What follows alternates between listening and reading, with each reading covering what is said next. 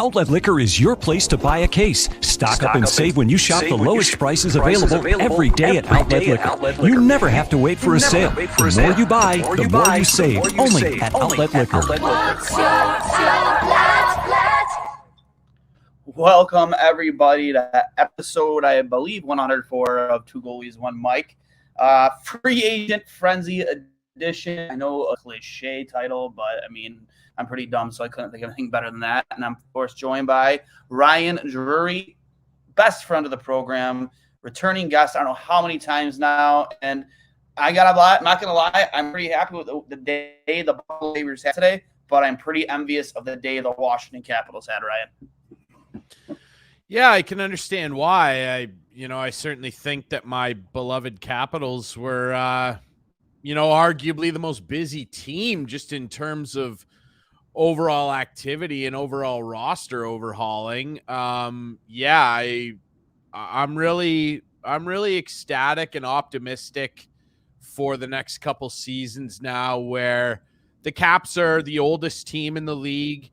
Doesn't mean that they're bad, and it doesn't mean that they're out of contention or anything like that, but they are getting, toward the end of a competitive window here. And I think that they've added some serious stability in terms of going for it for another 2, maybe 3 seasons, depending on the health of some of these guys as they continue to age. But I'm very happy with, I'll say this in summation.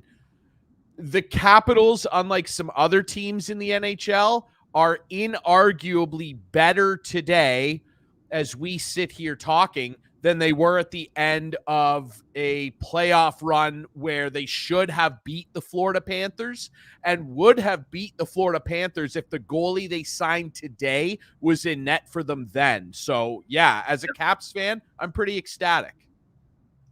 Yeah, I mean, you addressed, and we talked about before we hopped on here, it was all your moves were calculated, right? Like, they weren't just signing just to, look better on paper. They were signed for reason. Obviously, I mean, we don't need to say why you went and got Darcy Kemper and Lindgren. Like, there was a glaring need there for you in net. You addressed, like you said, the time frame for Washington to win a cup might be dwindling a little bit here.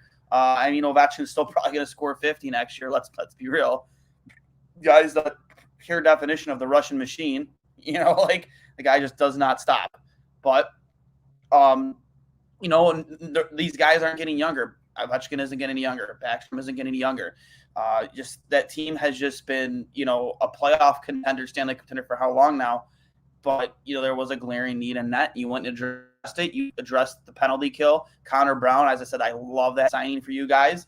And, I think you really put yourselves in a good position going into next year in an Eastern Conference that's still very, very good.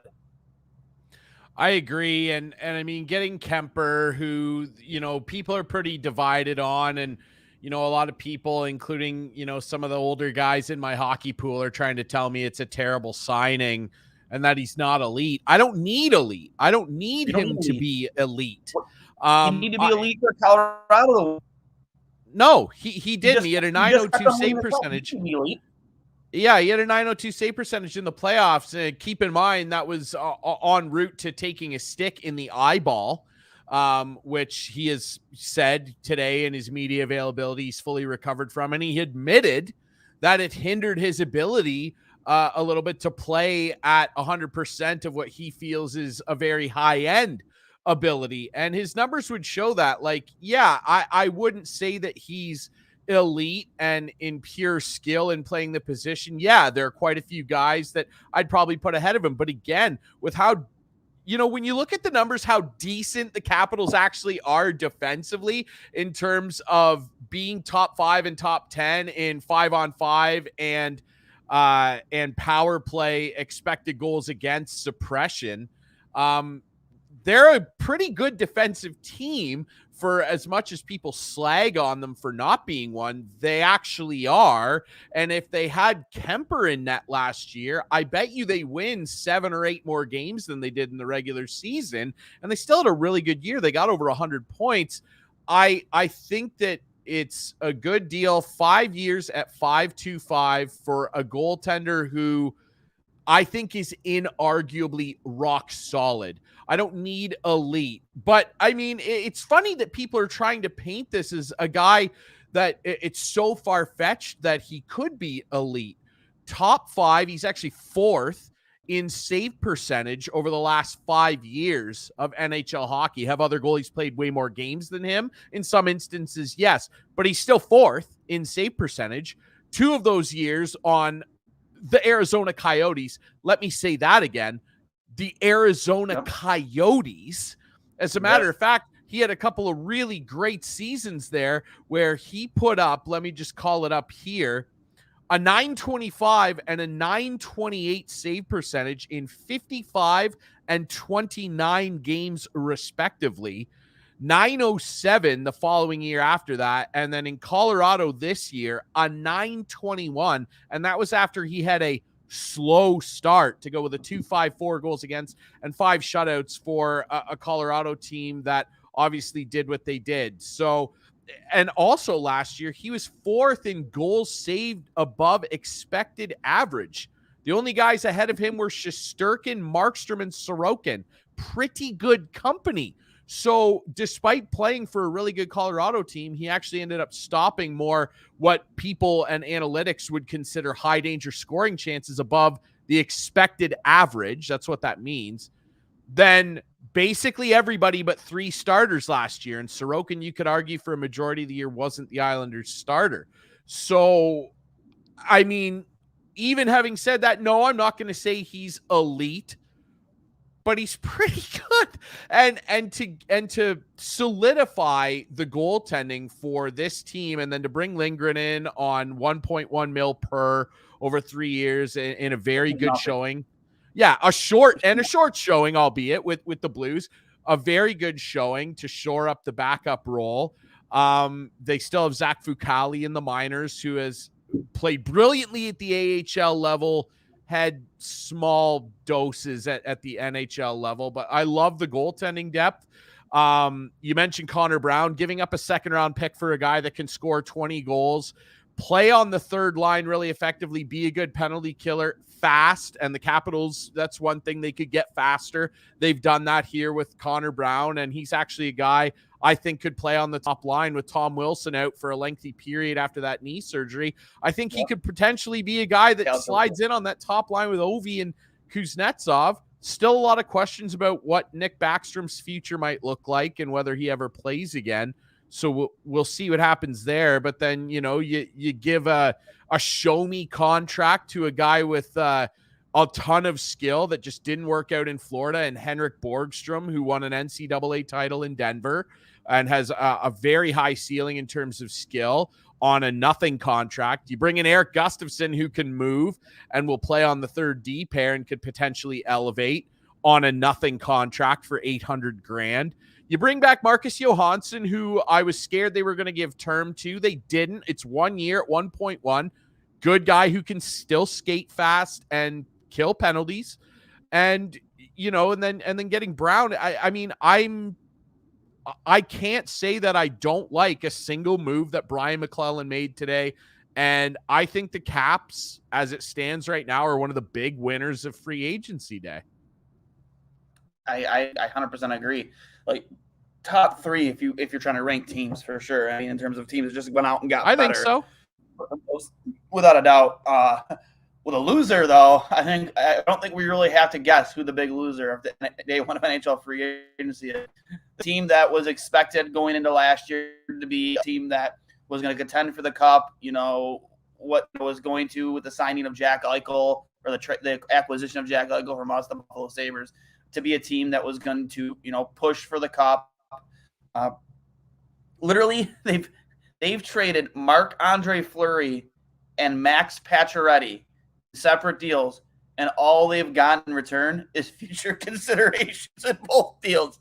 I love this, especially with how salty some of these Vegas fans are right now, because they were on their high horse for the last couple of years, made the Cup finals in their inaugural season, which is insane, don't get me wrong. But now all that shit talk is starting to bite them in the ass because they're giving away. And I don't care, 33 years or not, Pacioretty is still an elite shooter and can score 30 without even trying. Yeah, if he's healthy, that's the biggest question with him. It is interesting. I mean, when you look back at it, Vegas traded 3 picks, a first, second, third to get Tatar. Then they packaged Tatar and Nick Suzuki for Pacioretty. There was also a pick and another prospect in there, Nordgren, I believe it was, to get Patches. Now they've traded Patches for nothing. I'm just not super sure what George McPhee and Kelly McCrimmon are doing over there. This is not the type of thing we were used to seeing from George when he was running the Capitals for almost 20 years. It just seems like a lot of this is owner driven. They wanted to make big splashes. They did. Give them credit for having success right away.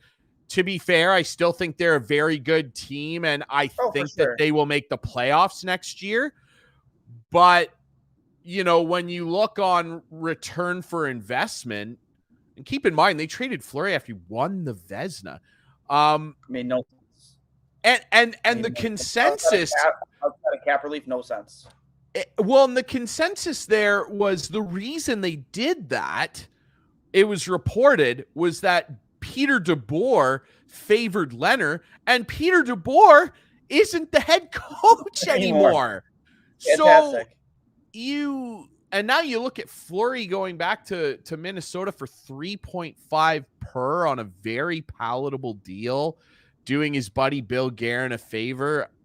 I mean, again, I still think Vegas is a good team, and if Jack can be healthy and get his career back on track and turn into a 40-goal scorer, which I think we all believe he has the talent to, they'll probably be fine. But just at looking at the return on investment of these massive trades that they made, not good. Not good. I would argue, though, that the biggest loser of free agent frenzy is inarguably the Calgary Flames. They just lost their cornerstone player, and he's going to Columbus, and I'm so pissed off because I recorded my show like an hour ago, and he hadn't signed, and then he signs like 20 minutes later in Duane, what I would call, certainly in my lifetime, the most shocking free agent signing in NHL history. I mean, a couple hours ago, it was speculated that Columbus was a third team in on it all, but I mean, nobody really took it seriously. And then out of nowhere, Elliot Friedman drops a bomb on the hockey world that it is indeed Columbus that is bringing Johnny Hockey, which to Ohio, which is like nobody saw that coming. And a couple clicks for like they went out, got the golden goose of free agency. And I for me, it's just like, what does that mean for Matthew Tkachuk?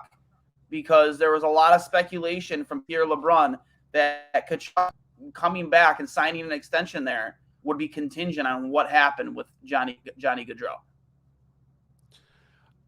I think that, and for very good and obvious reasons, there are a lot of nervous Calgary Flame fans sitting on their hands right now, wondering, where does this end?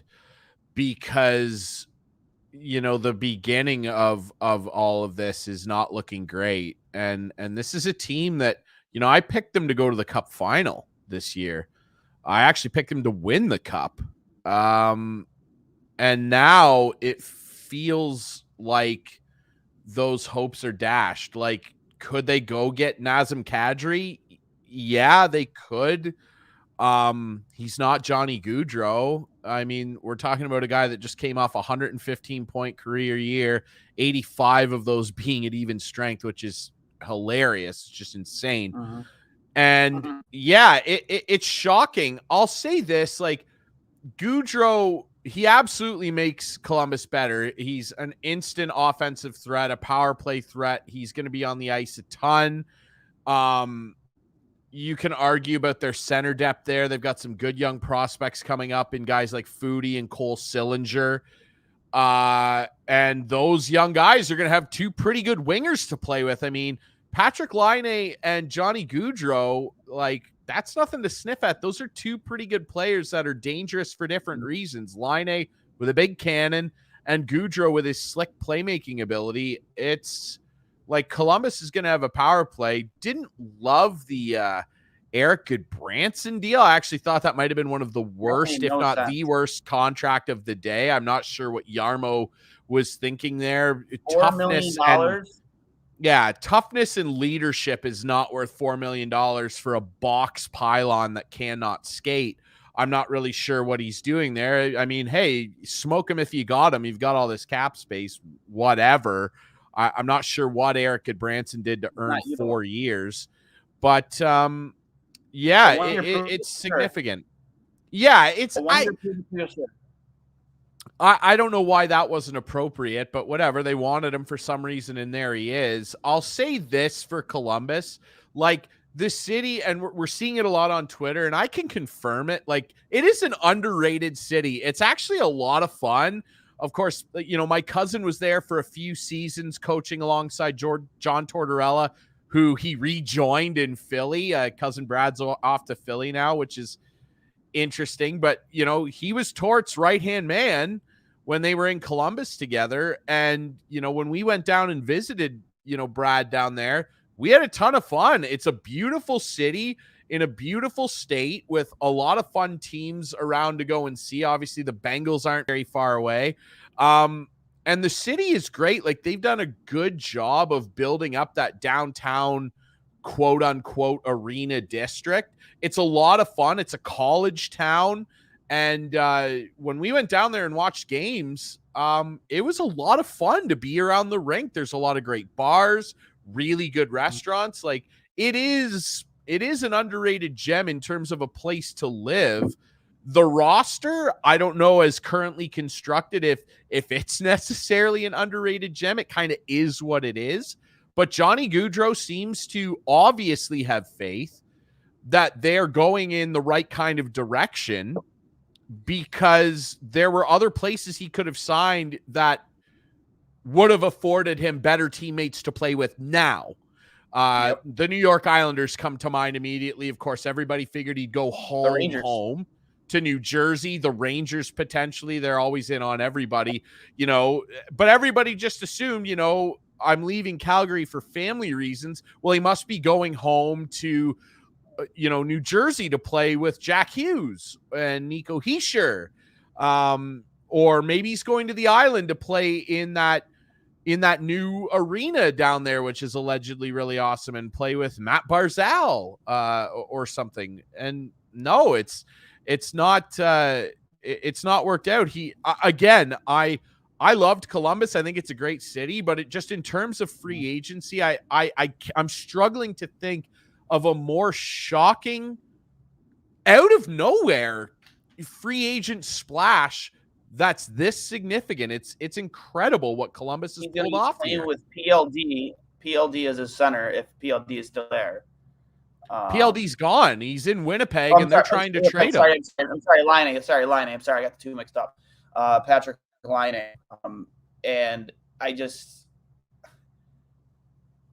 maybe, and I remember talking about with Kyle Quick about what exactly, why exactly Johnny Gaudreau would leave Calgary, and he thought about Buffalo as being a possible destination only because he can fly under the radar there. The spotlight isn't really on him, and he can just do his own thing, get paid, whatever. And I think about that when I think of Columbus too, because Columbus, there isn't a big spotlight on him. He maybe isn't expected just to be the guy, even though he's getting paid to be the guy. But I mean, still, even Columbus. I mean, as do we here. Andrew Katz, friend of the program. Lou Lamoriello seems fitting for his initials because he took a big fat fucking L. Time to kick the can, man. Need answers from ownership, in my opinion, as to why they think Lou is their man. The game has passed him by. And then he goes, "You're going to lose out to Columbus over $500,000 when you have to have a $2 billion arena an hour's drive away from home, not 10 hours." mean, like going back to what you said, I mean, I agree. Like, it doesn't make much sense to me. I would love to hear the reasoning from John Joe himself why he chose Columbus and not going home to the island. Yeah, I'm curious to hear his thoughts on this. Like my thinking is he must feel that Jarmo sold him on the young prospects they have, the young goaltending that they have there in Merzlikins, who is going to be looking for a big time bounce back year. Korpisalo, we'll see if he comes back after a very dismal year himself. They do have promising prospects, I'll say that for sure. I like Cole Sillinger. I think he's going to be a good NHL player. Is he a number one? I don't know. Like, it's interesting. It's a huge win for Columbus. Like, it makes sense for Columbus. Like, of course, they got inarguably way better offensively and on the wing. And like Johnny Gaudreau is single-handedly going to add what? 5 percentage points to their power play efficiency by himself. Easily. You know, him on the half wall throwing one-timer sauce to Laine, like that sounds pretty good, you know. And they've got some young players. Yeah, like they've got some young players there that are going to try and, you know, edge their way into full-time NHL jobs. But it does beg the question, you know, he left upwards of $15 million on the table in the Calgary deal. And I know that, you know, there's the whole thing with the taxation, Canadian teams and this. Here's the thing that people don't talk about often enough, though, with the Canadian teams and yes, the taxes. When you play for a Canadian team, you are not going to be watched more. You can't be watched and seen and appreciated as a player more than any other place in the NHL. You just can't. Aside from what, Boston and the Rangers, Buffalo would be up there too when Buffalo's rocking. They love their Sabres and rightfully so. But here's the thing in Canada, like the sponsorship dollars that are available to you here and so, like, yeah, it's great to play in Tampa and have no state tax, but by and large, the state of Florida has no idea who Steven Stamkos is. Yep. So there's a little bit of a give and take there where like the sponsorship opportunities in Canada are massive. Like Mitch Marner, you see him on like all the Intact insurance ads that he was doing. He was making bank on that. Like he was getting a ton of money for that. And yeah, he pays more taxes to live here in Canada, but it does even out a little bit. I do wonder too, and I don't think Johnny would ever admit it. I wonder how much of a factor that dump of an arena in Calgary factored into him potentially leaving, because man, they are number one outside of the Arizona State Coyotes. They are the number one team in Gary Bettman's crosshairs in terms of getting a new rink. They need a new rink really, really bad. And now that the Islanders have theirs, and it sounds like the Senators are maybe making waves to potentially getting a new building there. Man, they need a new rink. I genuinely wonder how much that potentially factored into his decision. I don't know. When I think, I mean, I still hate that. I mean, as great of a team they have and as good of the season, they had such a good squad this year. And even during the season, man, that arena was half full most nights. And it drives me nuts down in Florida. It really does. Arizona State Coyotes, it's a joke. That's what they are. That's what they are. They are. They are. For me, it's it really is a brain buster, man. But I think you're right, Ryan. I really do. I think you kind of hit the nail on the head there.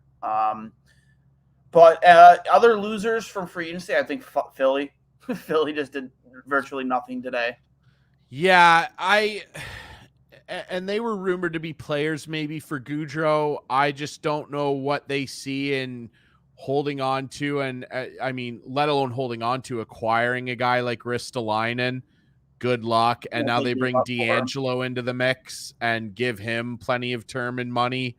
I think D'Angelo, just taking myself outside of the person that he is and has consistently shown himself to be, outside of that, I think on the ice, he's a talented hockey player.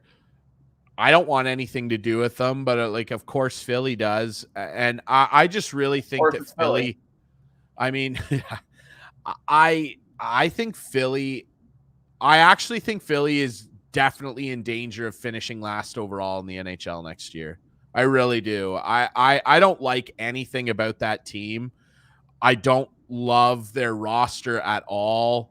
Their stalwart and Claude Giroux is gone. Still some nice pieces there, and Travis Konechny and the like, but I hate their roster. And like Carter Hart, what is he? Is he a victim of the Philly? Man. I know, right? Like put together one of the finest CHL goaltending seasons in a very long time in Everett, and was highly touted, and deservedly so. Is he simply the latest victim of the Philly goaltending flu, or is he just not what everyone thought he was, much like Ilya Samsonov with Washington? Is he just not what everybody hyped him up to be? I don't know. Of course, Philly will finish last. They have Risto. I seriously, like, Arizona's really bad and Chicago will be really bad. Philly is right there for me. Like, I wouldn't be shocked at all, honestly, if Philly finished dead last in the NHL next year. I just don't love anything about that team at all. I think they had a brutal day. Yeah, I agree. I think they were terrible, and there were some other teams too that, you know, kind of leave you shaking your head.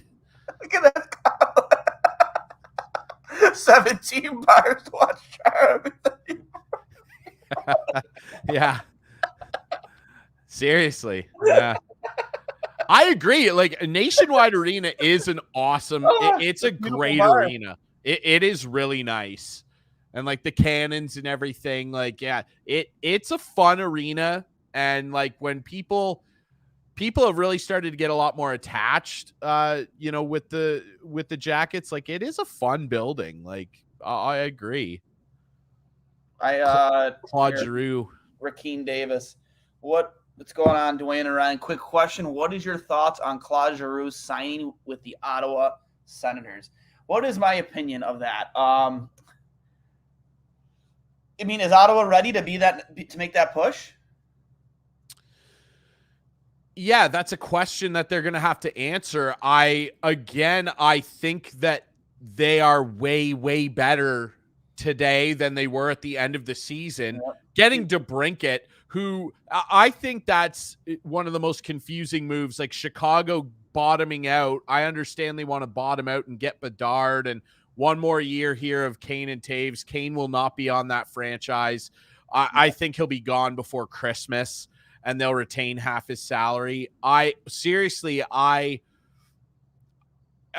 can't wrap my head around what possessed them to get rid of DeBrincat, but what a stroke of genius by Pierre Dorion, who has taken a lot of heat, and rightfully so, for some of the moves that he's whiffed on, but trading that 7th overall pick for a prospect that you were going to pick there that's in no way, shape, or form in a bit of a middling draft. In no way, shape, or form was that prospect selected there going to be better than what DeBrincat is going to give you right now and for a very, very long time. So adding him and then Giroux into the mix and getting Cam Talbot in as a pretty solid option in goal and escaping the nightmare that was Matt Murray, I think that Pierre Dorion is having a pretty nifty little chuckle to himself right now. Claude Giroux, it's quite clear he still has plenty of quality in his game. He is slowing down as anybody would with age, but he had a really good season last year, all things considered, playing on a pretty bad Philly team and then flipping over to Florida. No, he ultimately wasn't, you know, a godsend piece in helping them get over the hump, as they just could not deal with Tampa again. I still think he's a really good player. One thing you can say about him is, yeah, as players slow down, one thing that doesn't leave you is your smarts and your hockey IQ. And this guy has shown over his career, he's been one of the smartest players in the NHL. He has put together a lot of very, very good seasons in a pressure market as a captain of that Philadelphia Flyers team. He still brings a lot of good, I would venture to say, elite aspects of the game to the rink, and at a little over $6 million to come in and be a veteran guy and help rise the tide of some of the games of that young Ottawa team. I think he's going to do wonders for guys like Josh Norris and Brady Tkachuk. He's still going to be an effective weapon on the power play, moving the puck around. He's a great passer, great vision. That's not ever going to leave him, even as he slows down. I think, it's a pretty good signing. I don't ultimately think Ottawa will make the playoffs, but I'll say that I won't be like on the floor shocked if they do. And I will actually probably be sprinkling a little bit of money for them to get into the playoffs as a wild card team. I was actually just going to ask you, man, like how much of a sleeper bet is that right now? I think it's a really good one, and I haven't seen odds yet. Those will probably come out in the next month or so. I would probably bet that it's going to be something like plus 1,200, maybe even plus 1,500 for our betting enthusiasts out there. Just off the top of my head, I bet you that might be what the line is for Ottawa to make the playoffs. And I'd sprinkle $10-15 on that. I would, and I will. Get a huge return. Yeah, 100%. Fuck, do $100. Why not? Well, I like to be conservative with my money. I make like $5-10 bets. So yeah. But I mean, who benefits the most out of that signing for me is Brady Tkachuk, right? A kid who, of course, is a rough, tough, elites. Like the Tkachuk family, both those kids are just unicorns, right? They're just, these kids give you everything you want in your prototype. They're animals. Player. You know what I mean? They're elite. They're elite playmakers. They're elite goal scorers. Unbelievable skating ability, shooting ability is off the charts, and not to mention, they will literally run you through a wall. They will run you out of the arena if you touch their goalie. Like, you don't find players like that. That's why when Pierre LeBrun was, speculating that if Johnny Hockey leaves, like Matthew Tkachuk might want out, and they might want to think about possibly the actual reality. We might have to trade this guy because I don't think he's going to want to come back if the sky is falling. That's why I think maybe Calgary makes a hard push for Nazem Kadri, because you got to keep that kid happy. He's your captain. Like, what do you got to get? I mean, money talks, bullshit walks. But find me any teams outside of whoever's in cap hell who isn't going to back up a Brinks truck for Matthew Tkachuk. And I was even saying before the draft, if that is a reality, and if there really is like smoke there, even though they say there isn't, I would say Buffalo should offer all 3 firsts and Jack Quinn, if that's enough for Matthew Tkachuk, because he is worth it. Because you hope that Jack Quinn could be 75% of what Matthew Tkachuk is right now at 23, 24 years old. And the reality of it is, are those 3 picks that you just made going to be as good as Matthew Tkachuk? They could be. One of them could, for sure. But, I mean, the likelihood, no. You drafted small centers, all 3 of them. They weren't big. Very skilled centers. I think Matthew Savoy reminds me a lot of Danny Briere. I tweeted that out. Like, watching him play, it just makes me think of Danny a lot. Yeah. But do they have the potential and the ceiling of a Matthew Tkachuk who had over 100 points this season and plays the style of hockey that he plays? No, not at all. So that's why for me, all 3 of those first and Jack Quinn, as great of a year as he had in the AHL, was worth it, 100%. Because that guy takes you from, maybe a team that finishes in 20th next year to a team that really is pushing for a wild card spot in the playoffs. Buffalo would be a team that would have a lot of appropriate assets if the Calgary Flames are forced to consider moving Matthew Tkachuk. Obviously, immediately there's speculation that he's going to want to go home to St. Louis. And the Blues, I mean, they would move heaven and earth, to try and get him too. I don't know what that looks like. They did just sign Robert Thomas to a massive 8-year, $8.1 million deal. Do you think they overpaid him? I think so.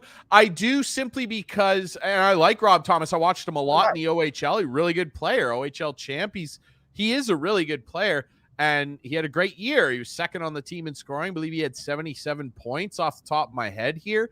8.1. Like I mean, years. if he, based on what he's done so far in the league, and he's had some injury woes too early in his career, based on what he's done so far, even including this year, yeah, 8.1 feels rich to me. But if he continues to be a 70-plus point player and play that dogged style, then it's absolutely worth it. And he's really young. I think he's 23 years old, 22 or 23. If he plays like this for the duration of that deal, and he'll still be young-ish when that deal expires, then it's not an overpayment. And it's the devil, right? They know all about this kid. They know what he brings to the rink. They know how hard he works. He fits in well there. Mm-hmm. If Tkachuk wants out, St. Louis, of course, is going to be heavily involved, but Buffalo would be a team that's on the rise, still has some holes to fill, sure, but they would be a team that have plenty of assets to try and entice the Calgary Flames. I definitely don't disagree. And with Savoy, I saw your tweet about him reminding you of Briere. I think that's an apt comparison. A small guy who's just, he's slick out there, man. He's a slick little player. He's slippery, and he's not afraid of the physicality either. I think that if he ends up being a permanent part of the Sabres' ongoing rebuild, I think he's going to make people there really happy because he's a hardworking kid and he's got plenty of skill.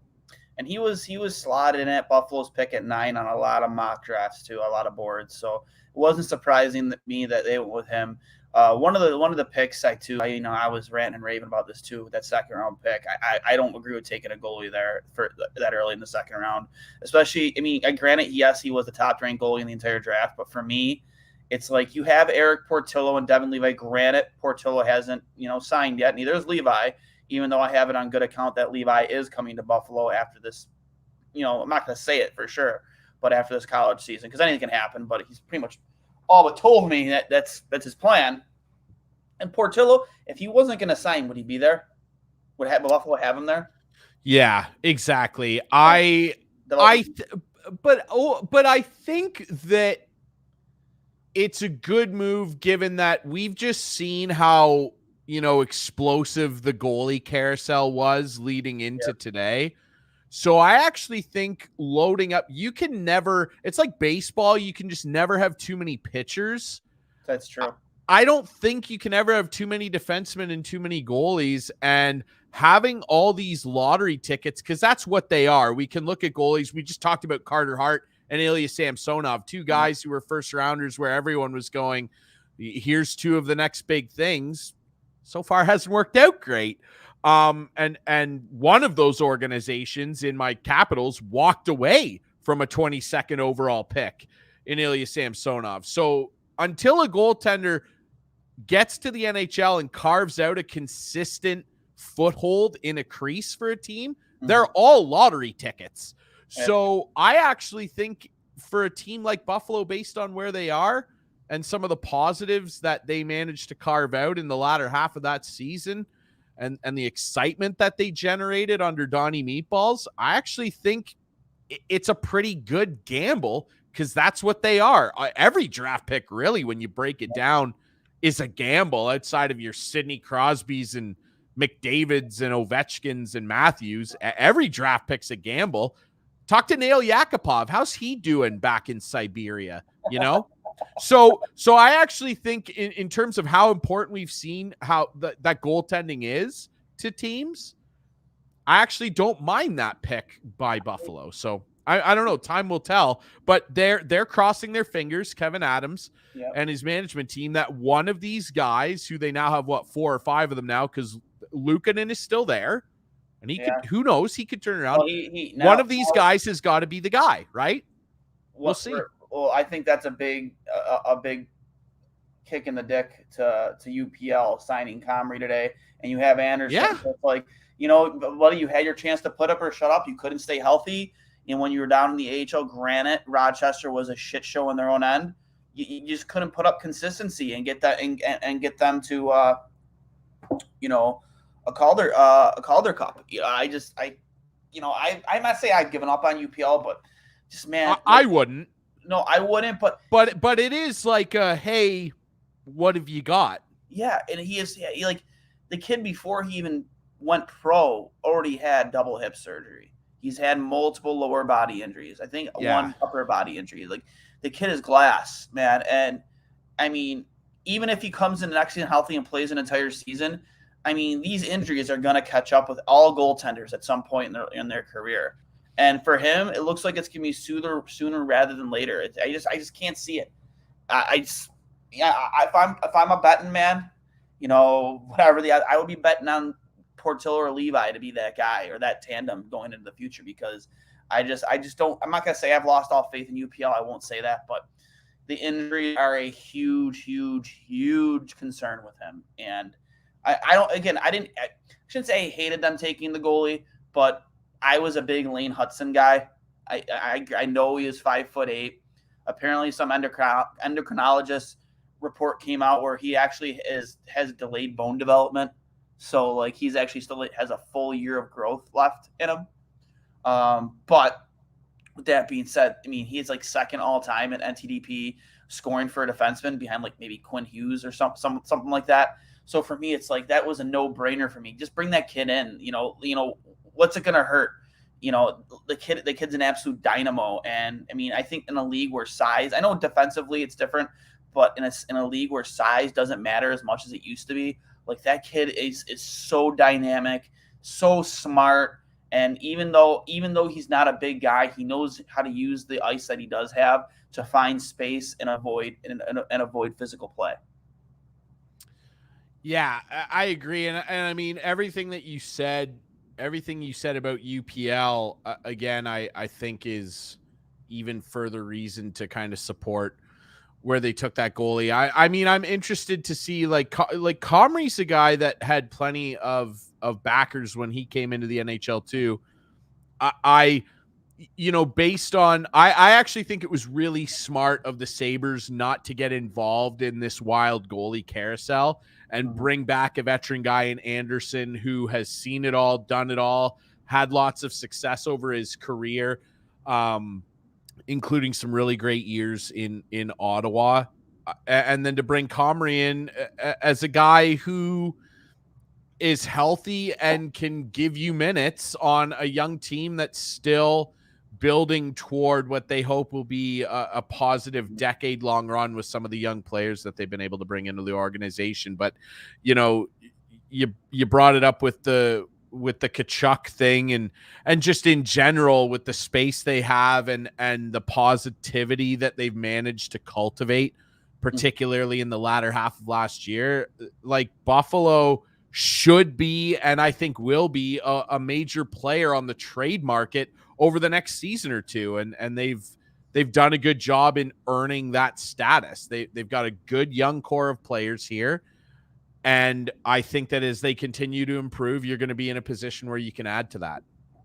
I'm sorry to be laughing. I'm listening to my talk about in that group chat with our friend Katz. He is still losing his mind about Lou Lamoriello, and I am here for every second of it. Like, it was like me 2 years ago with the ownership of Buffalo, and he's just losing his mind. He needs to call a radio station right now.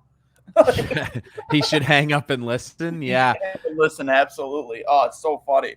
But he's an interesting guy, right? And I can't say that I disagree with him in saying like the game is kind of passed Lou by. I don't know, man. I would like to think that Islanders team, there's plenty of excuses from last year. The long road trip before the building was ready. Some guys having some really down years, plenty of injuries. Sure. I still like their future. I like Dobson a lot. I like Matt Barzal a lot. I like their head coach a lot. I still don't know why they fired Barry Trotz, but I like Lane Lambert a lot. Guy that won a Stanley Cup. He knows what's going on. And I like Ilya Sorokin a lot. And they've got Varlamov there, who I think Sorokin will overtake permanently this year. And that's an asset for a guy, they could flip Varlamov to a team that really needs a goaltender in the regular season and probably get a pretty good asset back. But Lou, it's just, he was the perfect GM for the Devils for all that time he ran them. And he had inarguable success, a mountain of success. They were such a good team for that era. He put together a team that absolutely stifled you and put many fans to sleep, but they won a lot. And now, as the game has kind of changed into a more fast-paced, wide-open, back-and-forth, shoot-'em-up style of hockey, where skill is able to be on display quite a bit more, he just, I don't know. Yeah, I hesitate to criticize his overall impact on the game. He's a Hall of Famer and should be, and his career, which is better than most. But for right now, I'll just say that I'm happy that he's not running my favorite team. Yeah. That's about as respectful as I can be. While we've been on live, Carolina Hurricanes have signed Ondrej Kase. So there's that. Interesting. Better and better and better. They're an interesting team, and they get Brent Burns too. They clearly feel like they're still a contender, and I think they are. I mean, they're a really good team, and they got some really good players there. I really like Teravainen. I love Sebastian Aho. I think he's fantastic. Future considerations, baby. That's like GM's favorite words. So good. Whoever runs the Carolina Hurricanes Twitter is a genius, because that's awesome. They're pretty funny. That's an absolute nut slap to everybody in Vegas. Future consideration. It's really good. It's really good. Oh, yeah. It's fantastic, man. Oh, how can you not love your impact on the Canes? Will never be forgotten. That's pretty funny. That's a quality tweet. Yeah. They're a team that got better too. Tony DeAngelo leaves. They get a veteran guy who's still got plenty of game, and we all know what Brent Burns is all about. He's perennial all-star. 40 to 50 points a year, man. He's a fantastic. I wouldn't be surprised on that Carolina team if he got 60 and had like a nice resurgent season. Well, that's the thing. Like, he's not expected to be the guy. No, he doesn't have to be. Jacob Slavin's the guy. Yeah, you don't need him to be the guy. Jacob Slavin's one of the most underrated players in the league. Agreed. And yeah, I just love what they're all about there. Svechnikov is a freak. Like, yeah, they've got a really good team there. And they made some noise today. And I mean, Ondrej Kase is a guy that before he got hurt was, doing some good things in Toronto. And I think he's going to fit in perfectly there with that grinder mentality that Rod the Bod Brindamore has in Carolina. I think Kase will fit in perfectly fine on their third line. Yeah, I agree. And then Andre Palat, another name that hasn't signed yet. I'm surprised how quiet the market has been around Palat. You haven't heard much in regards to him, right? Like, he's not going back to Tampa. They can't afford him after dishing out a ton of money to Sergachev and Cirelli, and rightfully so. They made the right moves, though. They made the right moves. They locked up their core. They had a great day. I'm sorry, they had a great day today. People are like, I can't believe that they paid Mikhail Sergachev. Mikhail Sergachev's a really, really good player. And when you consider the impact that he had in taking some pressure and some minutes off of Hedman on those long runs, 3 of them, and the fact that he continues to get better and will continue to put more points up as he gets more minutes and probably starts to take even more of a load off Hedman, who's played in a lot of hockey. They all have over the last few years. If Seth Jones is making 9.5 and Charlie McAvoy, who I love, is making 9.5, I believe, as well, and Darnell Nurse is making 9.25. Mikhail Sergachev at 8.5 sounds perfectly fine to me. Yep. And God, I mean, can you argue against what he's done and the impact he's had on 2 Stanley Cup winners, 3 straight finalists? Mm-hmm. And as far as Anthony Cirelli goes too, they locked up at a really nice cap hit as well. He's become a prototypical 2-way force. I actually think that Cirelli is very much like what David Krejci, who is rumored to be coming back to Boston, was for years for the Bruins, and at a very similar cap hit. That's about, I actually think Krejci was making like 7.25 in his heyday with the Bruins back when they won that cup in were contending for years and years. I actually think Cirelli is very similar to David Krejci, and I have zero problem with either of the contracts they handed out to two guys who are champions and proved they're champions time and again. Yep, and they're still going to be right in the hunt of it. They're right in the thick of it next year. It's not yeah, they're not going anywhere. Where, man, they still have Vasilevsky in that. I mean, he's pretty good. Yeah, best goalie in the world still, in my opinion, even with Shesterkin in the league. I still think, Shesterkin still has a lot to prove in my eyes. I mean, obviously Vezina Trophy winning goalie this year. For a cup of coffee, he was, maybe the front runner for the Hart with that run he went on. But for me, it's still Vasilevsky. I'm still taking the 3-time cup winner. They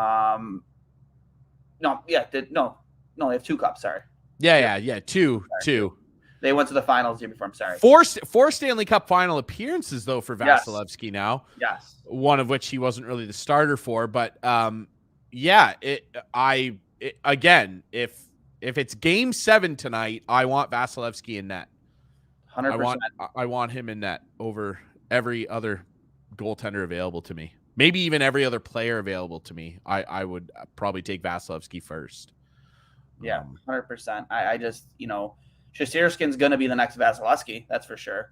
Russia, man, they're cranking goalies out. Like they're a goalie factory, man. The Russian machine. I don't know what it is. Yeah, they're cranking out good goalies. So we went over the big winners, Capitals being one of them. Columbus obviously is up there now with that huge signing of Gaudreau. They put themselves right in the thick of it. I think the Ottawa Senators, again, a top 3 team. Getting DeBrincat, getting Giroux, Talbot. What is Minnesota doing, by the way? For me, I thought Cam Talbot should have been the guy. He did nothing to lose that net. I know Fleury is, still a phenomenal goaltender, but I mean, if you're asking me who I want to, go forward with, it would have been Cam Talbot for me. The guy did nothing to deserve to lose that net, in my opinion. Granted, you are still riding with a phenomenal goaltender in Marc-Andre Fleury, and still, like you said earlier, I still can't believe they traded him the year. Vegas is handing out poker chips to everybody. I'll say this. Obviously, Fleury, they feel like with his pedigree, he could be a guy to help them contend right now. And they feel that his overall skill level is a little bit more reliable than Talbot, who, you're right, really didn't do much to lose that crease. And after Marc-Andre Fleury was acquired, it is worth mentioning that Cam Talbot didn't lose another game in the regular season after that trade, and did get into some of the playoff action for Minnesota. I'll say this, though. In trading him to Ottawa did give up what I still feel is a blue-chip prospect in net in Philip Gustafsson. I think Philip Gustafsson has a potentially really bright future in the NHL.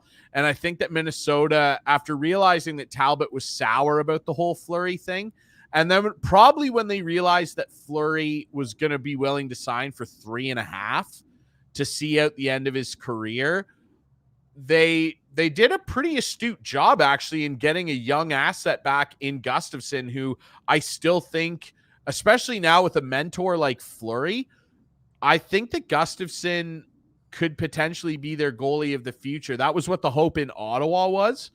I like him a lot, and he's had some good AHL numbers, and I think that he's young enough still where Minnesota's probably banking on him picking up a lot of wisdom from Marc-Andre Fleury, who's going to walk into the Hall of Fame someday. So, yeah, it's interesting, but yeah, there's been a lot of shuffling around. Ottawa's done well. I mean, we haven't even talked about the dice roll that Toronto is taking with their goaltending. That's what I was trying to bridge to there, transition into. Well, give her. Let's hear. So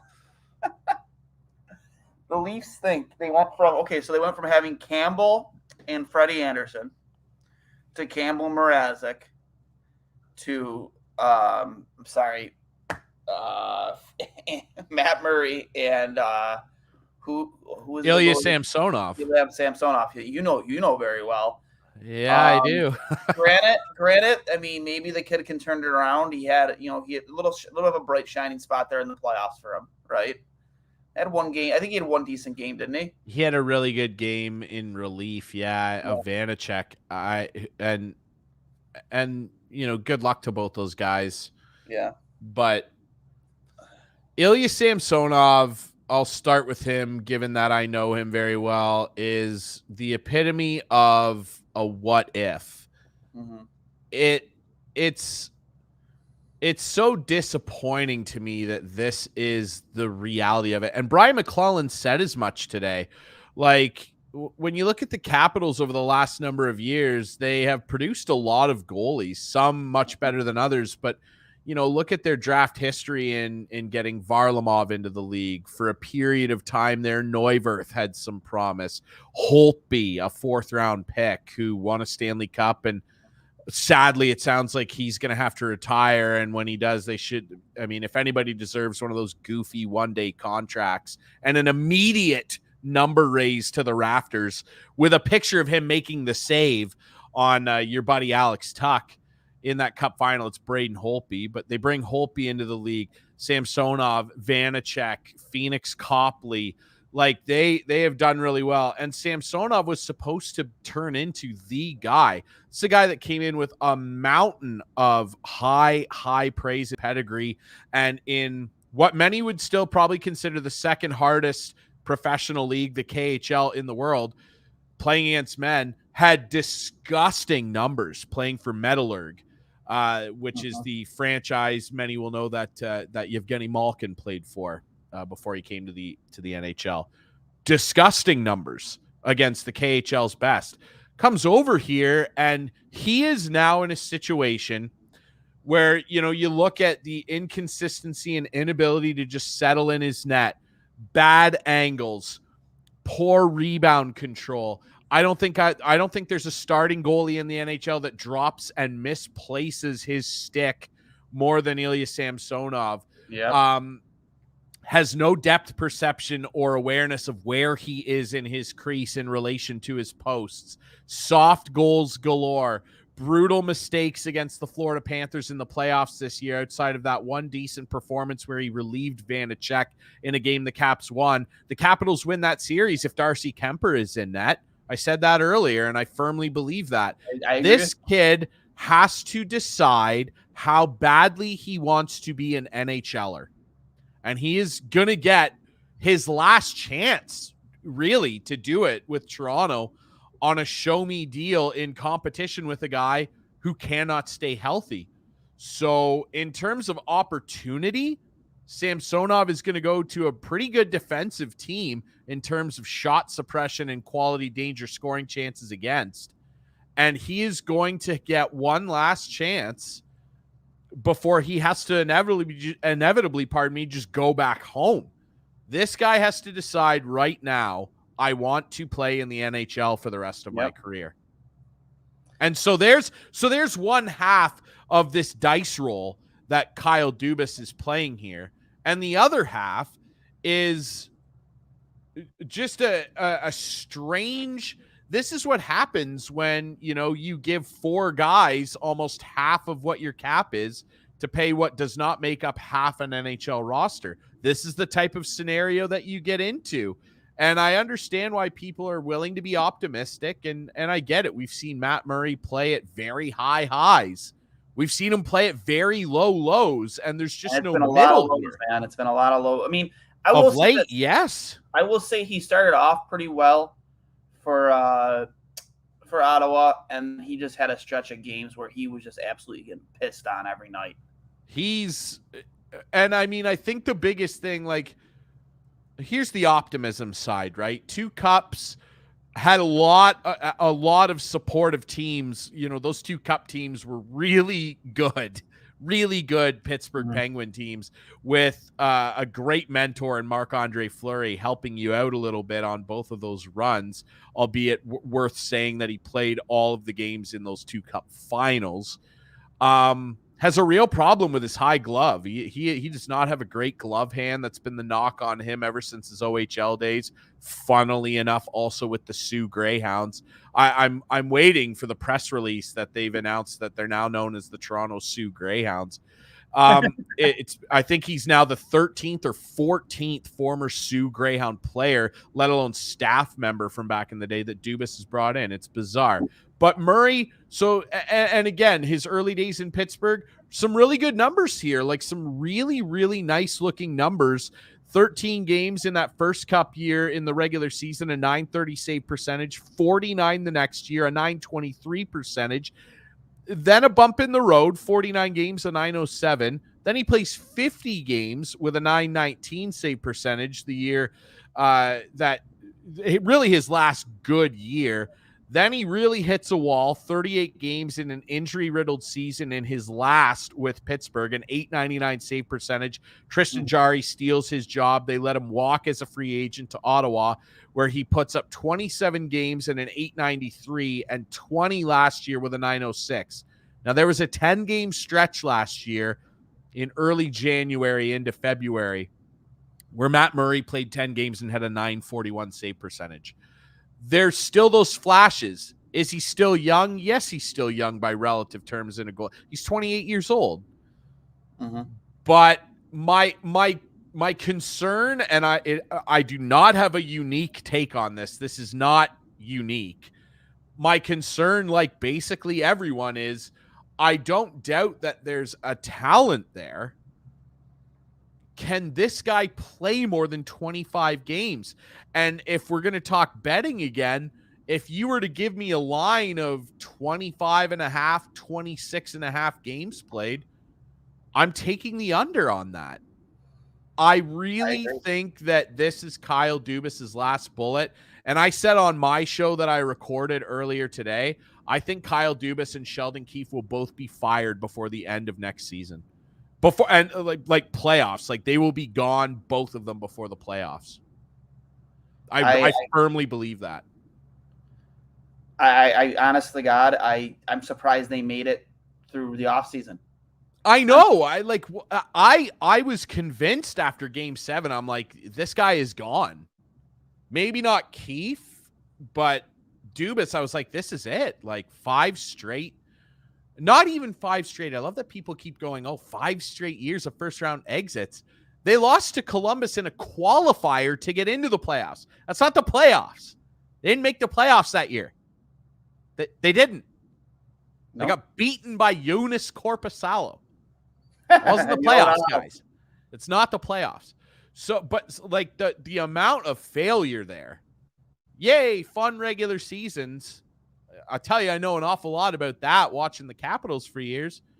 Hey, President's Trophy out in the first round, out in the second round. Pittsburgh, Rangers, Pittsburgh. Makes me sick. It is a move of sheer desperation. And when managers in any sport make moves like this, this is the definition of high risk, high reward. When you hear people toss that term around, this is the type of move they mean. Matt Murray is either going to figure it out and stay healthy behind a very good defensive team. The Leafs are. Just look at their analytics. They are. By analytical standards, they are a very good defensive team, top 5 in the league. He is either going to thrive there and stay healthy and play 50-plus games and be a .915 or better goaltender and help them win a round. Or he is going to collapse and his body is going to betray him again. Ilya Samsonov is going to go in the net with Eric Shalgren or Joseph Wall behind him. And Ilya Samsonov is going to do what Ilya Samsonov does and have a shutout one night and then let 6 in the next couple nights. Yeah. That is not the worst case scenario. That's the up in 4 guys, man. Yeah. It's just that's not the worst case scenario. That's a likely scenario. I'm just telling you what is likely based on what we've seen. Okay? So those 2 guys, particularly Matt Murray, have got to show everybody, particularly Leaf fans, that is not going to be the case and have a completely different set of circumstances that they present with their play than what we're all anticipating, because I can only go off what I've seen, and both these guys do not move the needle for me. No. So it was funny too, because you have Leafs fans all over Twitter defending the Matt Murray signs. Like, how can you defend that? Like, how, in what universe are you defending even over a couple $1 million? Or no, it was term. That's what it was for Dubas. It was term. He didn't want to give Campbell the term. Yeah. To defend letting Jack Campbell, a guy who got you over 30 wins last season on his own, not on his own, but, and then bringing in a guy who played a chunk of games in the AHL last season, and not because he was hurt. There's just no justification for it. There's none. There's no justification for it. And I get it. As we stated earlier when it came to Kemper, you don't need elite goaltending to win Stanley Cups. You don't need, you don't need Kemper to be elite in Washington. But you're gonna need Matt Murray to be a better version of Kemper if you want to win in Toronto. Not even just because of just their faulty their difficulties defending, but just the pressure that's going to be on them. You thought pressure was bad, in Pittsburgh or Ottawa. Forget about it with the media in Toronto, buddy. Like, those cameras have twice as many cameras in your face after every game asking you what went right or what went wrong. And if you can't handle that pressure and you're going to fold under it, forget about it. And Jack Campbell, granted, yes, he was an emotional guy, but he was able to handle it. He was. It wasn't his fault they lost in the first round. They played against the fucking Tampa Bay Lightning. I don't think that Jack Campbell lost them the series. I don't think that he lost them the series against Montreal the year before either. They had a bunch of star players that didn't show up and earn their money.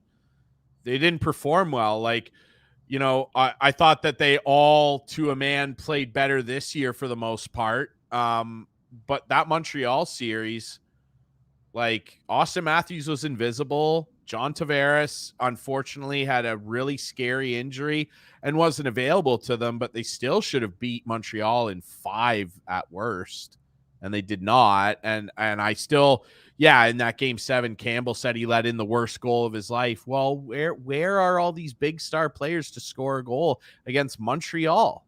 Like, figure it out for me. And then this year, and that's the thing that people are saying, well, Dubas survived because they lost, and Sheldon Keefe had that goofy handshake line comment and everything. I don't care that you got put out by the 2-time defending Stanley Cup champions. Guess what? On the way to winning a Stanley Cup, you're going to have to play hard teams. Yeah. Like, nobody has ever won a Stanley Cup playing 3 super easy opponents at least one time on the way there. Never mind the cup final. You're going to play a hard team. Washington had to do it. They had to exercise the demon of demons. Pittsburgh, Sidney Crosby owned Ovechkin and the Capitals' ass all the time. Never lost a playoff series to them. Guess what they eventually had to do? Like, I don't want to hear this. Oh, well, we had to play the Tampa Bay Lightning in the first round. So beat the Tampa Bay Lightning then. Mm-hmm. I don't the excuses are just like over the top. And like, even when the Caps were doing this year after year, I didn't want to hear it. Oh, well, Pittsburgh, I don't care. Beat them. You're paying 4 guys to be world beaters. Figure it out.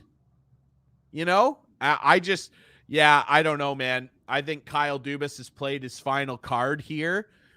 And he's not even laying down a poker hand with rocket aces. He's laying down like a couple 7s here, hoping to hit a 4 of a kind. Because these 2 goalies, man, as we stand right now, maybe one of them proves us wrong. Maybe they both prove us wrong. Maybe they both provide some solid goaltending and have big time bounce back seasons. I doubt it. I really do. I doubt it. And I think that this is the final thing that's going to cost Dubas his job. I agree. I don't understand how, as a Leafs fan, you can feel optimistic about the moves they made over like the last 72 hours. They're a worse team than they were at the end of the season. 100%. I won't hear an argument against that. And it's not like they can afford to get better right now. I think right now, as we are chatting here, believe they have $3.7 million in cap space. They've qualified Pierre Engvall, which makes sense. He actually had a pretty nice little season for them. Mikheyev is gone. Sandin needs re-signed, and rumors are that he's not particularly happy with how he was utilized last year, and he's a key young piece of your defense. I really like him. You got to get him signed. I think all signs are pointing to a similar thing with McDonough, what Tampa had to do with him. I think that the Leafs are going to try and move Jake Muzzin, and God love the guy for all he tried to do. He just cannot stay healthy in that 5.6 or 5.5 cap hit. It's just too much of a liability at this point. I think he will be moved, and that will probably get you Sandin, Engvall, and some more pieces signed up. But it's a big gamble here for the Leafs. I did just see that Anaheim has signed Ryan Strome, 5 years, $5 million per. So there's your number 2 center. That's a good move for them. Great move for them. There's your number 2 center behind Trevor Zegras for the next 5 years. Yep. And Dylan Strome's still out there. I know he's been tied to Buffalo through speculation. I still think Buffalo needs a second-line center, in my opinion. That's just my opinion. I think so, too. I think Casey Middlestad's a winger. That, and just I just don't feel that Dylan Cousins, I mean, can he play the second-line center? Absolutely he can be. 100%. That should be his ceiling. Could it be Peyton Krebs? Sure, it could be Peyton Krebs. He's bounced back and forth between center and the wing. He was drafted as a center. But for me, like I when I think, and you might appreciate this, Ryan, is I look at Dylan Cousins, I see Michael Peckham, man. I see a checking line center with scoring ability who's going to go out there and make whoever is on that top line make their life a living hell. He's not going to give him an inch. He's going to, every time you come to the front of the net, he's going to make you feel it, and he's going to give them hell in front of their own net. That's when I see Dylan Cousins, and that's not a bad thing, that being a checking line center. Every team needs that. And I think he would thrive in that position. Thrive. But, yeah. For me, I almost wish we were 2 years more further into this, into what Kevin Adams is trying to do, because you see a guy like JT Miller available right now via trade. And granted, I hear the Canucks are asking for quite a bit, and rightfully so. He was almost a 100-point player, 99 points. At 31, if this team was 2 years more ahead into this rebuild, if that's what you want to call it, whatever Kevin Adams' plan is, which is working so far, I think a guy like JT Miller would make so much sense. But, I just don't. Yeah, I agree. I love the moves that Buffalo made today, especially when Toronto had such a terrible day. I like Eric Comrie. He's a good bridge to whoever you feel is the next guy in net for you, whether that's Devin Levi or Eric Portillo or a UPL, whoever it might be. I think he's a good bridge guy, along with another year of Craig Anderson. I'm assuming they'll probably give Craig, an opportunity to lose the net, rather than, giving it to Comrie, the younger guy. Start. Yeah. There's nothing wrong with that. No, nothing at all. It's just out of respect, and a guy willing to play away from his family for another year. Also, a great follow, Nicole Anderson, his wife. She's always got a good tweet about her, AARP husband. Yeah. But, I just, and then Lyubushkin, I love that signing. I remember when, people, it was speculated like 2 months ago that Lyubushkin could be a guy the Sabres could target, but it was just purely speculation. And I said, you know what, man? Like, Lyubushkin is a guy, and he's a right-handed shot defenseman, a guy that I would not hate for Buffalo to sign, because he's going to play out with a chip on his shoulder every time he plays against Toronto, which is a team you're going to play a lot every single season. And B, like, he's kind of what you need, right? Like, he's a physical defenseman, a stay-at-home. He's not an offensive presence. He's going to give you hell in front of your net, or in front of his own net, if you try and, take liberties with the goaltender. He's a physical presence, not the greatest skater, no. But I feel that if he is slotted in at that second pairing over Yoki Haru, which is, I think, what they're bringing him to do, to be that guy opposite of Owen Power, I'm okay with that, because I think that he is a guy that blue line has missed for a long time. I agree. I completely agree. And the contract is very palatable. And they know what they're getting. This guy is like the definition of meat and potatoes. He is not going to dazzle you ever with his skating, his shooting, his passing, any of it. He is just a no nonsense. I'm going to run guys through the wall and separate them from the puck quickly and move it around the boards to Owen Power, to the guy who can cannon it out of the zone and put it right on Tage Thompson's tape. That's exactly what they do need. We've talked about this previously on the show. Like, they don't need any more skill on their blue line. No. Dahlin and to a lesser extent, Yoki Haru and, of course, Owen Power. There's like your skating, mobile, puck-moving guys, and Power and Dahlin are going to be power play fixtures for 15 years. You need a couple guys to pair with them that are going to smash people through the glass, rim the puck around the boards to the skill guy for a beautiful outlet feed and catch teams napping. And like Lyubushkin is as, again, meat and potatoes as it gets. And he loves to hit people, and he is never going to take a shift off physically. I don't think any Sabres fan is going to leave the rink or turn the TV off this year and go, boy, Lyubushkin, maybe he makes the odd mistake here and there, but like, I don't think anybody's ever going to walk away from a game he doesn't going, make us the worst team. he absolutely doesn't make you a worse team. I think that he adds an element that's needed back there, especially with two young guys that love to grab the puck and rush up the ice.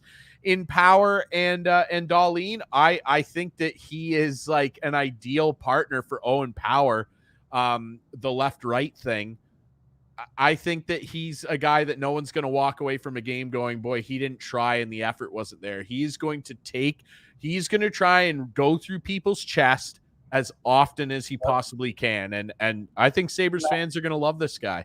And he's not, he plays an older school Buffalo style of hockey, the blue collar style, very Tallinder-esque. Yes. I mean, I think he's tougher than Tallinder personally. I do too. But, yeah, for sure. I think he's not afraid to drop the gloves. We've seen Craig Rivet. Yeah. Correct. That's not a terrible comparison. That is not a terrible comparison. I will give you that. That's not a bad comparison at all. I just think maybe he has a little bit more skill to his game. Granted, not a ton of it, but maybe a little bit more skill. I think the ceiling's a little bit higher than maybe Craig, and that's not a knock against Craig, because Craig was a very he was gifted offensively to an extent. So he had a big shot. Mean, hard-nosed guy, plays in front of his own net, plays well in his own end, takes care of the defensive zone first. That's what Craig was, and he was a good leader. Lyubushkin, I just love just seeing that grit and that jam. I know the analytics people hate hearing that grit. Like one of the analytics guys, I forget who it was. He tweeted out, "Oh, the grit crowd will love Lyubushkin. The grit people." It's like, I mean, first off, where do you get off? Kind of making light of people who care about that part of the game, because it matters. It does matter. Like, I would love to see you. It does. I would love to see you put on skates and try and go up against Ilya Lyubushkin one-on-one, because you know what's going to happen? He's going to put you through the boards. Love to see the analytics on that. Yeah. Yeah, I would love to see it, because I love analytics. I do. And like they're meaningful. It's just, this isn't baseball. Like, people have to remember that there is an element to a fast-moving, nonstop, free-flowing game where there's no out of bounds.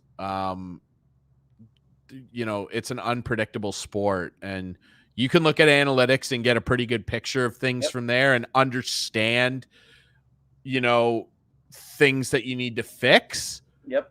But something that the analytics in hockey, at least, will never be able to quantify or calculate is how much a guy wants to get to a puck first over another guy in the third period with 3 minutes left with a 1-goal lead. How often does, F1, and I love analytics. I just want to say that. Say, how often does F1 in a race for the puck see D1, maybe that's Lyubushkin, and know who that guy is and be like, you know what? No, I don't want to die today. I'll take the L here. Like, that happens in every single game. Even though it's professional hockey, it happens. And that's the type of factor guys like them bring. And that's why, I get it that the enforcer is no longer, a thing in the NHL, and, maybe it's better for the game. Sure. But you want to know what, man? I respect them so much. And the same person gave Rob Ray a ton of crap once. I think it was him. For when he saw it, when there was a fight during the game, so there was a place for us. There was a place.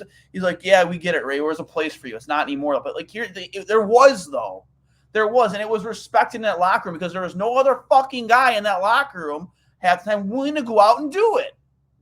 Yeah, when you have those guys in your team, the stupid shit that you see, it doesn't happen. Yeah, it doesn't happen. There was a time in the game where that was a real necessity. Like, Is it a necessity or no, it's not. No, and that's this game. And that's a natural evolution of a sport. I mean, look at a sport like baseball. Like starting pitchers are like it used to be the norm where like your big horse at the top of the rotation pitched 230 innings plus a year. Almost no one does that now. Basically, no one's on pace to do it. No. Nobody pitches 230 innings now. You pitch 180 innings. Try and keep your pitch counts under 100 most nights. They're pulling guys in the 6th inning at 88 pitches. You know what I mean? It's now a bullpen sport, for better or worse. But that's what the sport has become now because the computers, baseball is analytics. Baseball is the analytics sport. Billy Beane, Moneyball, the whole deal, right? The sport has changed. The mound used to be higher. You know what I mean? In hockey, back in the day, you wanted a guy that could punch people's faces in and take people to task on the ice. Wayne Gretzky's teams had it. The Montreal Canadiens had it. The New York Islanders had it. Clark Gillies would send you through the glass. You needed guys like that. You just did. And I mean, to equate that to what the analytics-driven era in hockey is now is, I agree, a bit disrespectful because the game just wasn't like it is now. It's different, and to insinuate that they were lesser or not necessary based on the era they were in, they quite clearly were. Wayne Gretzky has been on record numerous times saying, I felt protected with Dave Semenko out there. When he got traded to LA, Gretzky demanded that McSorley get traded with him. Yep. There was a reason for that. Yeah, 100%. So when the great one turns around and says, I need this guy to come with me wherever I'm going, for the time and the way the game was then, well, that's the ultimate respect, isn't it? And you look at a guy like Tom Wilson for your Caps, right? Like, how often are liberties not taken during games? Granted, Tom Wilson is a bit of a unicorn because he has that offensive ability too. You don't really see that combination anymore. Kind of like Matthew Tkachuk. I think if Tom Wilson was a free agent today, he would be a guy like Kadri in the league is interested. He'd be a guy like Kadri right now where a deal isn't done because so many teams are calling for him. Tom Wilson would be lined up at a hotel in downtown Toronto where he's from, and every single team would have a representative there putting a Duatang down in front of him. Like 100%. Because he is blank checks everywhere. What do you want? Because he is so unique, for better and worse. Tom Wilson has done some atrociously stupid stuff, but I mean, he's a top-line winger with he won a Stanley Cup, was a big part of it, whether you want to acknowledge that or not. He just was. He's the boogeyman. Yep. There's things that these guys do that you don't see on charts or graphs. Like, how often are they engaging in physical battles? Can you find that on a chart or graph? No. How often are they winning the physical battles on the boards? Can you find that on a chart or graph? No. I made this point on the show a couple times back when Taylor Hall was a Buffalo Sabre. When Jack Eichel got hurt, he mailed it in. And he stopped engaging in front of the net. He did flybys. He didn't engage in physical battles along the boards. But his zone exits were really good. Huh? His zone entries and exits were really good. Yeah, they were great. But those parts of the game matter. If you aren't winning your board battles, if you aren't winning the battles in front of the net, if you're not putting the effort in, the kind of effort that Jeff Skinner puts in, that he doesn't get enough credit for, the beatings that guy takes and the antics that guy goes through, what that guy goes through and how much sometimes he's hated every time he's out on the ice. I mean, like, I'm sorry, you're just not going to win. And that's just that ability, as you stated here. How fucking bad do you want it? How fucking bad do you want it? And Jeff Skinner wants it fucking bad. And when Taylor Hall, he didn't want it after Jack got hurt because he knew he wasn't signed. He wasn't coming back. He knew he was going to be a Boston Bruin. That's why Buffalo only got a second-round pick for him, because they knew that was the only team Taylor Hall wanted to go to. And they had him, they had him backed into a corner. There's something to be said for the heart factor of it all, and that's just something that will never be quantifiable, right? And I mean, the best example that I could come up with, and the Buffalo faithful won't like it, I think I've made it before, the ultimate example of you can't see a guy's heart. And I mean, show me this guy's analytics. One of the most embarrassing draft combines in NFL history. Tom Brady. Yep. And if the Patriots or anybody could have known, if there was a chart that could have shown the burning desire, to win, earn greatness and earn championships and earn a legendary status, he would have been the first overall pick that year. Yep. But there is no chart for that. No one, including the Patriots, who took a flyer on the guy in the 6th round, no one saw this coming. Nope. Nobody saw this coming. No one saw Henrik Lundqvist coming. No. No one saw Pavel Datsyuk coming.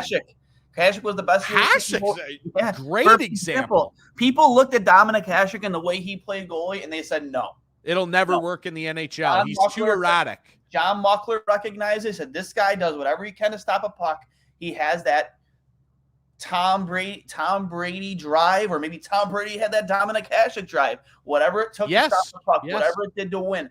And that's what Dominic Hasek had. You don't find that on a chart. You don't find that on a graph. Can't tell what's up here.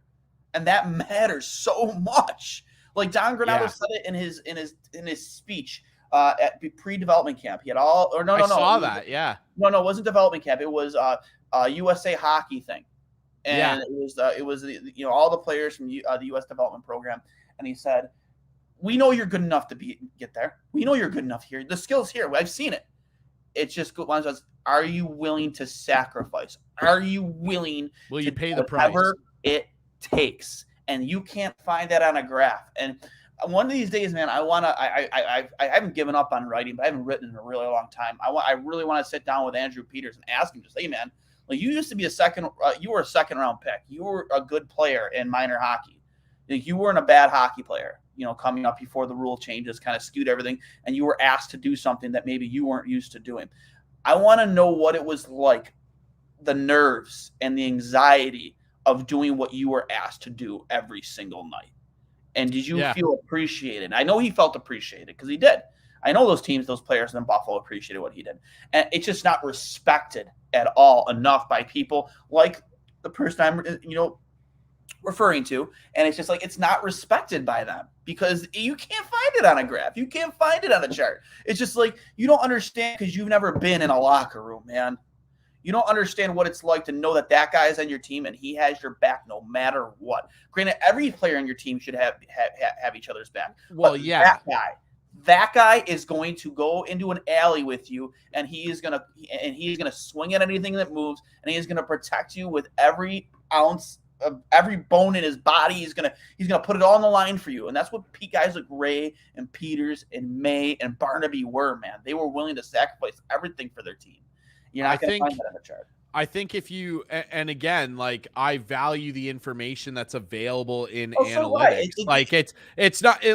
Again, I hope nobody is taking this as like, old men yelling at clouds. We're not. It's just that, I do think some people rely on them a little too much, and there does need to be a mix of, in a sport like hockey. Like baseball, it makes perfect sense. Baseball is a sport built around the same event happening over and over and over again. It's literally a mouse falling on a mousetrap over and over and over. It's quantifiable. The math makes sense.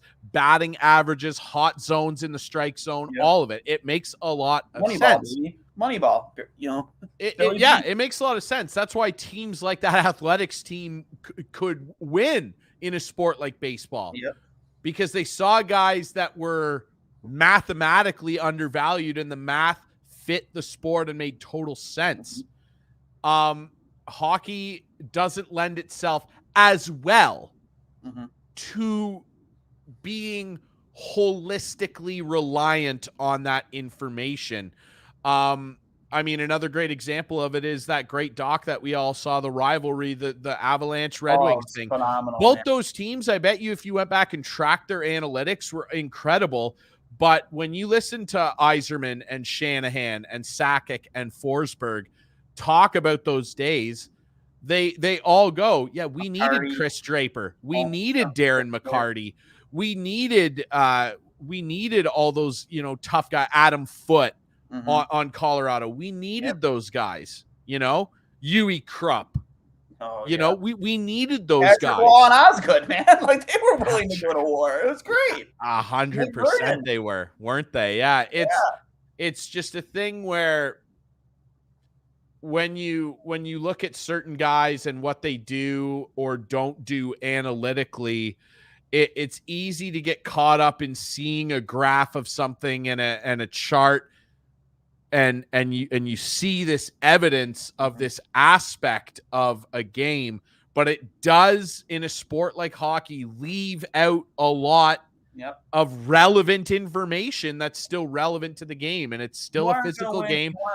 As long as checking is allowed, Duane, that's going to be still an element. If they get rid of hitting, then the analytics will be the most prominent evaluator of every team. But with the way the sport is played and the frenetic pace of it, it can't be the be all end all. It needs to be part of your organization. You got to have this information and make decisions 100%. With it, but you can't just have a team of guys with good looking zone exits. You want them. Team that's ever won a cup, that ever will win a cup, in a physical, checking, fighting league, where every single player on that team was brought in for an analytic reason. It's just not possible.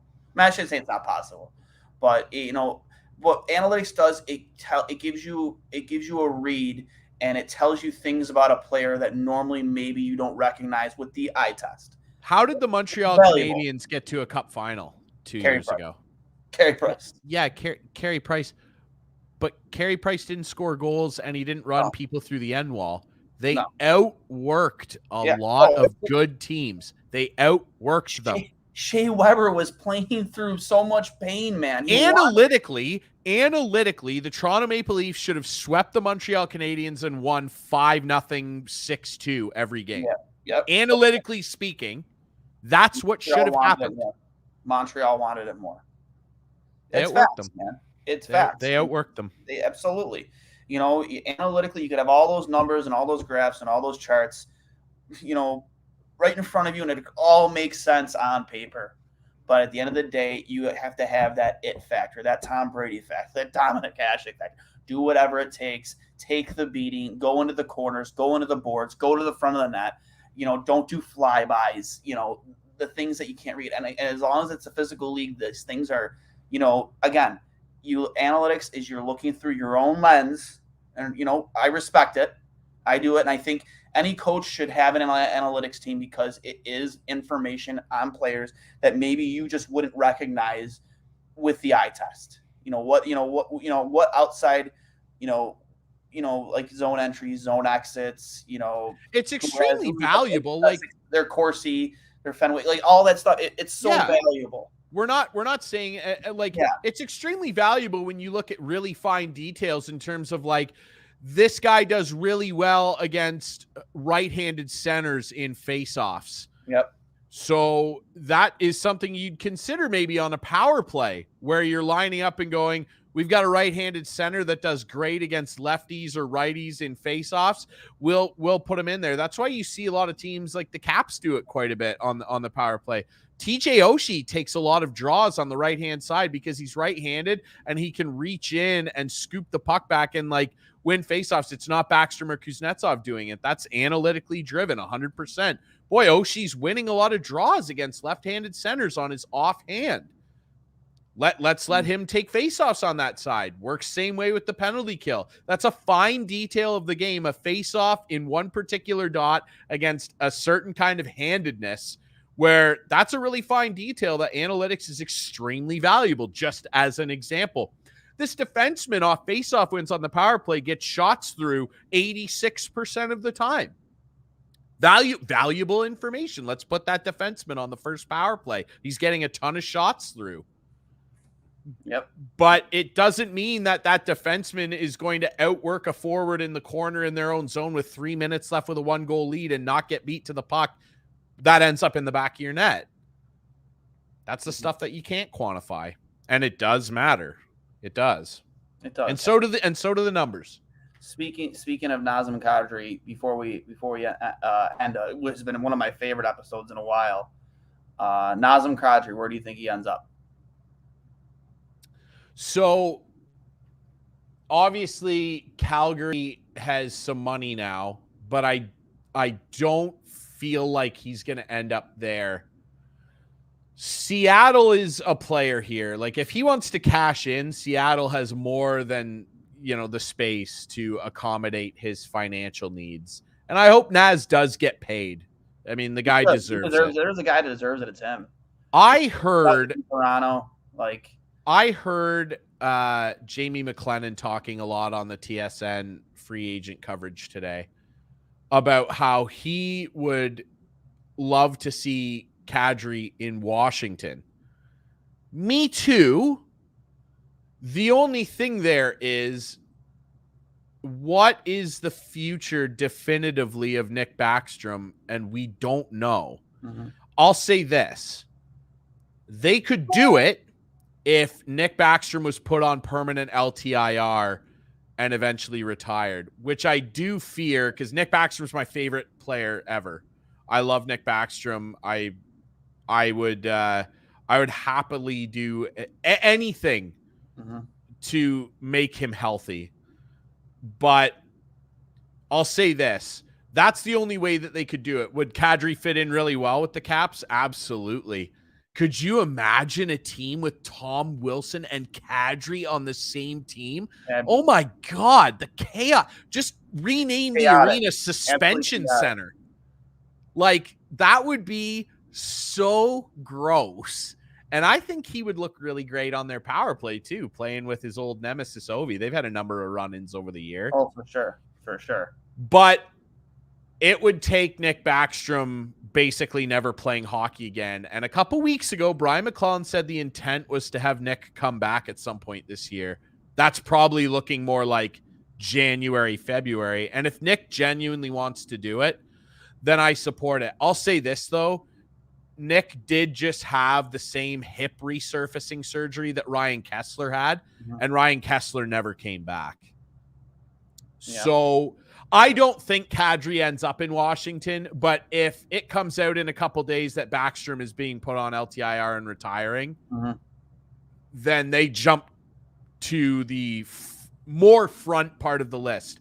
I have a sneaking suspicion it's going to be Seattle. I think Seattle has the money and are trying to build something there that maybe he's potentially interested in. I just have a sneaking suspicion that Seattle is going to get him. And I don't really know why. I don't know where else he can go. Long term, the Rangers cannot afford to give him the term he's going to want. Could it be Calgary? Calgary could. I just don't think he wants to go to Calgary. I could be wrong. I'm just trying to think. Like, where else? I think they're willing to overpay him just to keep Matthew Tkachuk happy. Maybe. Is it the Islanders? Like, do the Islanders find money to spend? They have money to spend. They were trying to get Goudreau. Is it the Islanders? He knows Lou. I don't know. Seattle's my bet. Yeah, that's a good. I mean, that's good. Seattle's my bet. I'm sticking with that. I'm gonna go with Calgary or the Island. Island personally, I think the Island makes sense. Like you said, they make a lot of sense. And that'll make one guy I know really happy if he does end up in on the Island. But John Klingberg. I guess that he was having some pretty positive negotiations with Dallas. Yeah. Like he stays in Dallas. Which is surprising given that it seemed to sound as though he was like desperate to get out of there. I think that he'll re-sign in Dallas, and if he doesn't, I wouldn't be surprised if a team like Calgary tried to get him. Calgary would make sense, but I think personally, my prediction, he'll stay in Dallas. I think he will too.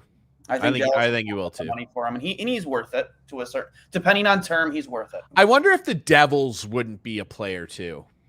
The PK Subban, the PK Subban money's gone. Defenseman, man, and that could make sense. Pair him up with Ty Smith. You never know, right? And last but not least, Palat. Yeah, that one is like I genuinely have no idea. I think if Patrice Bergeron doesn't come back, I think he is such a Boston Bruin. Mm-hmm. He plays that style. I feel like Bergeron will come back, though. Mm-hmm. And depending on what that contract looks like, that might be dicey. I really feel like the Islanders are gonna push for him. They've lost out now on Gaudreau, who they were allegedly heavily, involved with. If they don't get a Kadri, I feel like Boston or the Islanders are a great landing spot for Palat. I think he ends up on one of the 3 New York teams. I don't know which one, but I think he ends up in New York. Yeah, I mean, let's be honest. The Rangers are going to make noise. No more Strome. Mm-hmm. And the Devils have plenty of money to play with, too. Why would you say the Devils? Why? I said 3 New York teams. Well, I mean, if you're talking Buffalo, yeah, they have the cap. I actually think Buffalo would be pretty attractive, actually, if I'm Palat too. It's just how much rebuilding are you willing to put up with for a couple years? Because I don't think Buffalo is that far away from being really competitive. I think they're competitive next year, depending on how their goaltending pans out. That's the one thing, right? So if you're Palat, is it like, well, the Islanders had a down year, maybe I fit in there. Boston's Boston. Do they still have one more go in them? It'd be something to consider. I wouldn't be shocked, let's just say, if the Sabres were in play for him. I think he ends up on a New York team and honestly flip a coin, a couple, however you want to do it. It's an interesting one. Yeah. I just really have no read. I don't know, something about him feels like a Boston Bruin. I don't know why, but yeah. New York, it seems like a pretty good landing spot for him. Before we take off here, I just want to plug the hockey tournament that I am organizing here in Buffalo to help support the families of the families affected by the May 14th mass shooting in Buffalo. Buffalo Strong Street Hockey Tournament. Right now, tentatively scheduled for the weekend of the 27th to 28th of August. Might get pushed back into September, the second week of the Bills season when Bills play on Monday night. So, Bills fans wouldn't get affected by that. It'd be Saturday, Sunday.